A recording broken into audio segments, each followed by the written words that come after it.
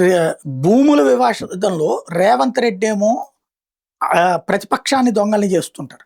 కానీ ప్రభుత్వ యంత్రాంగాన్ని దొంగలంటోంది హైకోర్టు. హైడ్రా విషయంలో జరిగింది అదే. బహదూర్ భూముల విషయంలోనూ అదే జరిగింది. బహదూర్పుర భూముల విషయంలో. ఎందుకు మరి తేడా చేసుకుంటున్నారో ఆయన ఉపన్యాసాలతో ఒక రకంగా చెప్తున్నారు.